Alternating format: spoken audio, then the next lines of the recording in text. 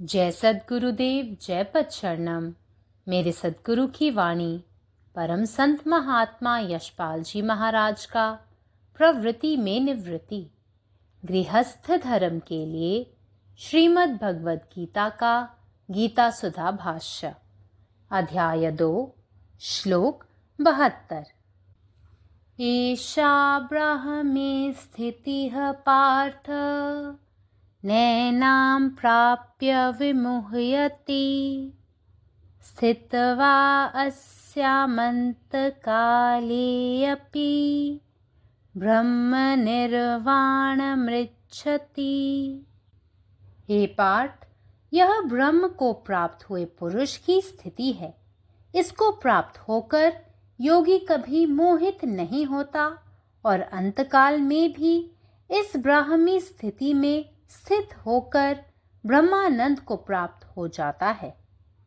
ईश्वरीय कृपा और सद्गुरु अनुकंपा से जब साधक को आत्मिक उड़ान प्राप्त होती है और वह दिव्य दृष्टि प्राप्त कर अपने सूक्ष्म शरीर और अपनी विश्वव्यापी आत्मा का अनुभव ज्ञान प्राप्त कर लेता है, तो उसका मन उस आत्मज्ञान से सदैव ओतप्रोत रहता है।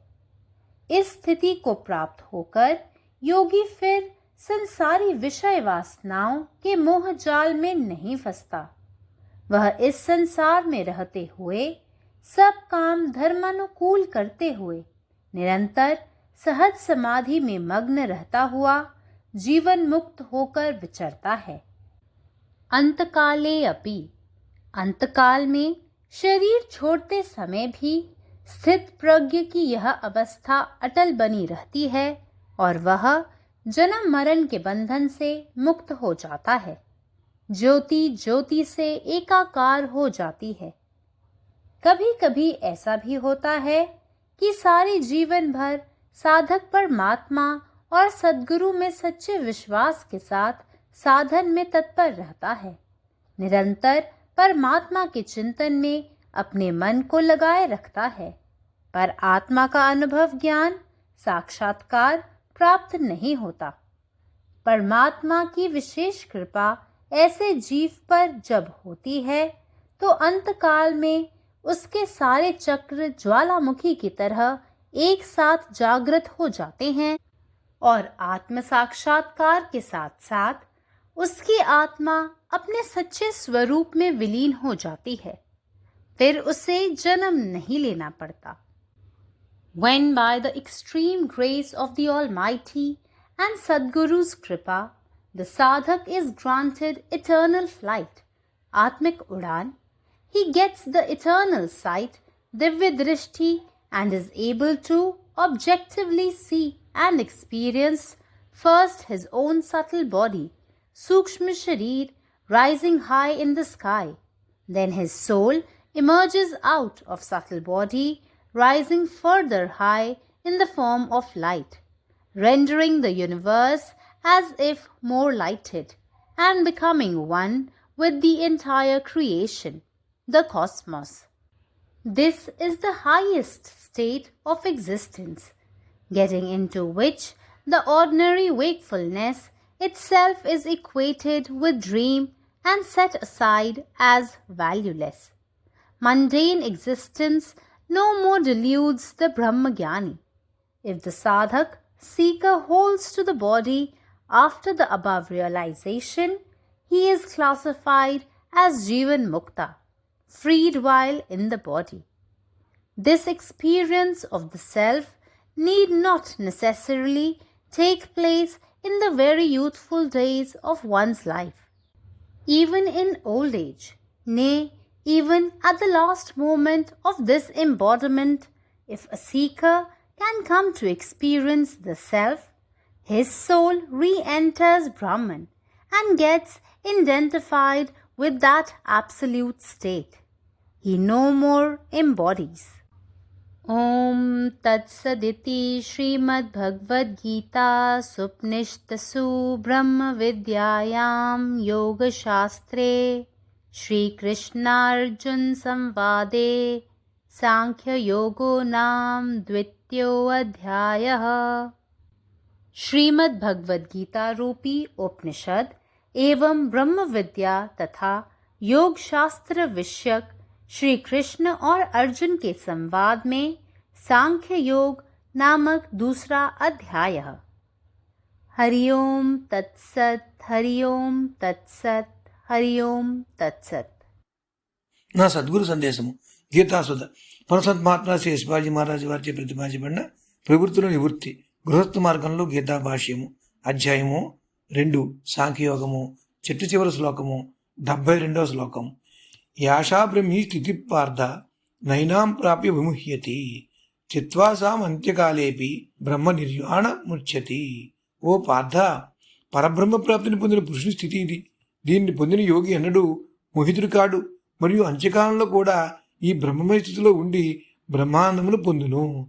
పరమాత్మ కృప మరియు సద్గురుదయతో సాధకునికి ఆత్మోన్నతి కలిగినప్పుడు అతనికి దివ్యదృష్టి లభించి తన సూక్ష్మ శరీరం మరియు తన విశ్వవ్యాపకమైన ఆత్మానుభవమును పొందినట్లయితే అతని మనసు ఆ ఆత్మానందంలో సర్వదా మునిగి ఉంటుంది. ఈ స్థితిని పొందిన యోగి తిరిగి ప్రాపంచిక విషయ వాసనల మోహజాలముందు చిక్కుకొనడు. అతడు ఈ ప్రపంచంలో ఉంటూనే అన్ని పనులు ధర్మానుకూలంగా నెరవేరుస్తూ నిరంతరము సహజ సమాజంలో నిమగ్నుడై ఉండి జీవన్ముక్తుడై విహరిస్తాడు. అంత్యకాలంలో అనగా శరీరాన్ని విడిచే సమయంలో కూడా స్థితప్రజ్ఞుని స్థితి స్థిరంగానే ఉంటుంది. అతడు జనన మరణ బంధం నుండి విముక్తుడవుతాడు. జ్యోతిలో ఏకాకారం పొందుతుంది. అప్పుడప్పుడు ఇలా కూడా జరుగుతుంది. అతని జీవితం అంతా సాధకుడు పరమాత్మ మరియు సద్గురునిందు నిజమైన విశ్వాసంతో సాధనలో తత్పరుడై ఉంటాడు. నిరంతరము పరమాత్మ చింతనతో తన మనసును నిలిపి ఉంచుతాడు. కానీ ఆత్మానుభవ జ్ఞానం అంటే ఆత్మసాక్షాత్కారం మాత్రం కలగదు. పరమాత్మని విశేష కృప అటువంటి జీవిపై పడినప్పుడు అంత్యకాలంలో అతని చక్రములన్నయు జ్వాలాముఖి వలె ఒక్కసారిగా జాగృతమవుతాయి మరియు ఆత్మసాక్షాత్కారంతో పాటు అతని ఆత్మ తన నిజ స్వరూపములో విలీనమైపోతుంది. ఇక తిరిగి అతడు జన్మించడు. ఇది ఉపనిషత్తులు, బ్రహ్మ విద్య, యోగశాస్త్ర విషయమైన శ్రీ భగవద్గీతలోని శ్రీకృష్ణార్జునుల సంవాదం నందలి సాంఖ్యయోగం అని పేరు గల 2వ అధ్యాయము సమాప్తము. హరి ఓం తత్సత్, హరి ఓం తత్సత్, హరి ఓం తత్సత్. పరమాత్మ నీవే ఉన్నావు, నీ ఇష్టమే నెరవేరాలి. జయ సద్గురుదేవ్, జయ ప్రసరణ. സദ്ഗുരുവിൻ്റെ സന്ദേശം അധ്യായം 2 ശ്ലോകം 72. ഏഷ ബ്രാഹ്മീ സ്ഥിതിഃ പാർത്ഥ നൈനാം പ്രാപ്യ വിമുഹ്യമതി സ്ഥിത്വാ സ്യമന്ത കലേവി ബ്രഹ്മനിർവാണമൃച്ഛതി. ഹേ പാർത്ഥ, ബ്രഹ്മത്തെ നേടിയ ശേഷം യോഗി ഒരിക്കലും നിരാശനാകുന്നില്ല. അവസാന നിമിഷങ്ങളിൽ പോലും ഈ ബ്രഹ്മാവസ്ഥയിൽ സ്ഥിതി ചെയ്യുന്നതിലൂടെ അവൻ ബ്രഹ്മാനന്ദം നേടുന്നു. സദ്ഗുരുവിൻ്റെ ദിവ്യകാരുണ്യം കൊണ്ട് അന്വേഷകൻ ആത്മീയ ഉയർച്ചയും ദിവ്യദർശനവും നേടുന്നതിലൂടെ അവൻ്റെ സൂക്ഷ്മ ശരീരത്തെയും പ്രപഞ്ചാത്മാവിനെയും കുറിച്ചുള്ള അനുഭവവും അറിവും നേടുമ്പോൾ അവൻ്റെ മനസ്സ് എല്ലായ്പ്പോഴും ആത്മജ്ഞാനത്താൽ നിറഞ്ഞിരിക്കും. ഈ അവസ്ഥ നേടിയ ശേഷം യോഗി ഇനി ലൗകിക മോഹങ്ങളുടെ കെണിയിൽ കുടുങ്ങിപ്പോകുന്നില്ല. ഈ ലോകത്ത് ജീവിക്കുമ്പോൾ ധർമ്മത്തിനനുസൃതമായി തൻ്റെ എല്ലാ കർത്തവ്യങ്ങളും നിർവഹിക്കുമ്പോൾ അവൻ സഹജ സമാധിയിൽ മുഴുകി സ്വന്തം ജീവിതത്തിൽ മുക്തനായി കഴിയുന്നു. മരണസമയത്ത് അഥവാ ശരീരം ഉപേക്ഷിക്കുന്ന സമയത്ത് പോലും ഈ ജ്ഞാനാവസ്ഥ അചഞ്ചലമായി തുടരുന്നു. ജനന മരണ ചക്രത്തിൽ നിന്ന് അയാൾ മുക്തനാകുന്നു. വെളിച്ചവുമായി ഒന്നാകുന്നു. ചിലപ്പോൾ ഒരു അന്വേഷകൻ ജീവിതത്തിലുടനീളം ദൈവത്തിലും സദ്ഗുരുവിലും യഥാർത്ഥ വിശ്വാസത്തോടെ ആത്മീയ പരിശീലനത്തിനായി സമർപ്പിതനായി തുടരുന്നു. അവൻ നിരന്തരം ദൈവചിന്തയിൽ മുഴുകിയിരിക്കും. പക്ഷേ ആത്മാവിൻ്റെ അറിവിൻ്റെ അനുഭവം അഥവാ ആത്മസാക്ഷാത്കാരം നേടാൻ അവന് കഴിയുന്നില്ല. അത്തരമൊരു വ്യക്തിക്ക് ഈശ്വരൻ മരണസമയത്ത് പ്രത്യേകം കൃപ നൽകുമ്പോൾ അവൻ്റെ എല്ലാ ചക്രങ്ങളും ഒരു അഗ്നിപർവ്വതം പോലെ ഒരേ സമയം ഉണരും. ആത്മസാക്ഷാത്കാരത്തോടൊപ്പം അവൻ്റെ ആത്മാവ് അതിൻ്റെ യഥാർത്ഥ രൂപത്തിൽ ലയിക്കുന്നു. അങ്ങനെ ഒരാൾക്ക് വീണ്ടും ജനനം എടുക്കേണ്ടതായി വരുന്നില്ല. ഓം തത്സദീതി ശ്രീമദ് ഭഗവത്ഗീതാസുപനിഷത്സു ബ്രഹ്മവിദ്യായാം യോഗശാസ്ത്രീ ശ്രീകൃഷ്ണാർജുന സംവാദി സാംഖ്യയോഗീനാം ദ്വിതീയ അധ്യായ. ശ്രീകൃഷ്ണനും അർജുനനും തമ്മിലുള്ള ഉപനിഷത്തുക്കളെക്കുറിച്ചും ബ്രഹ്മവിദ്യയെക്കുറിച്ചുമുള്ള ശ്രീമദ് ഭഗവത്ഗീതയുടെ രൂപത്തിലുള്ള യോഗശാസ്ത്രത്തെക്കുറിച്ചുള്ള സംഭാഷണത്തിലെ സാംഖ്യയോഗം എന്ന് പേരിട്ടിരിക്കുന്ന രണ്ടാമത്തെ അധ്യായമായിരുന്നു ഇത്. ഇവിടെ പൂർണ്ണമാകുന്നു. പരമാത്മാവ് നീ തന്നെ, നിന്റെ ഇഷ്ടം പൂർണ്ണമാകട്ടെ. ജയ് സദ്ഗുരുദേവ്, ജയ് പദ്ശരണം. एषा ब्राह्मी स्थितिः पार्थ नैनां प्राप्य विमुह्यति स्थित्वा अस्यामन्तकाले अपि ब्रह्म निर्वाण मृच्छति. पार्थ, ई ब्रह्म के प्राप्त क चुकल मनुष्यक स्थिति अछि. एहि स्थिति में पहुँचल योगी फेर कहियो मोहग्रस्त नहीं होइत अछि. अंतकाल में ओ एहि ब्राह्मी स्थिति में स्थित रहि क ब्रह्मानंदक प्राप्ति करैत अछि. ईश्वरी अनुकंपा आ सद्गुरु कृपा सँ जखन साधक आत्मिक उड़ान प्राप्त करैत अछि आ दिव्य दृष्टि सँ अपन सूक्ष्म शरीर आ विश्वव्यापी आत्माक अनुभव ज्ञान प्राप्त करैत अछि, तखन ओकर मौन सदिखन आत्मज्ञानक अमृत सँ ओतप्रोत रहैत अछि. एहि अवस्था में पहुँचल योगी फेर संसारी विषय वासनाक मोह जाल में नहीं फंसैत अछि. ओ एहि संसार में रहि क समस्त कर्म धर्मानुकूल करैत निरंतर सहज समाधि में मग्न रहैत जीवन मुक्त भऽ विचरैत अछि. अंतकाले अपि, अंतकाल में सेहो स्थित प्रज्ञ के ई अवस्था अचल रहैत अछि आ ओ जन्म मरणक बंधन सँ मुक्त भऽ जाइत अछि आ ज्योति सँ ज्योति एकाकार भऽ जाइत अछि. कखनो एहनो होइत अछि जे जीवन भरि साधक परमात्मा आ सद्गुरु पर अटूट विश्वास राखि साधना में निरंतर तत्पर रहैत अछि.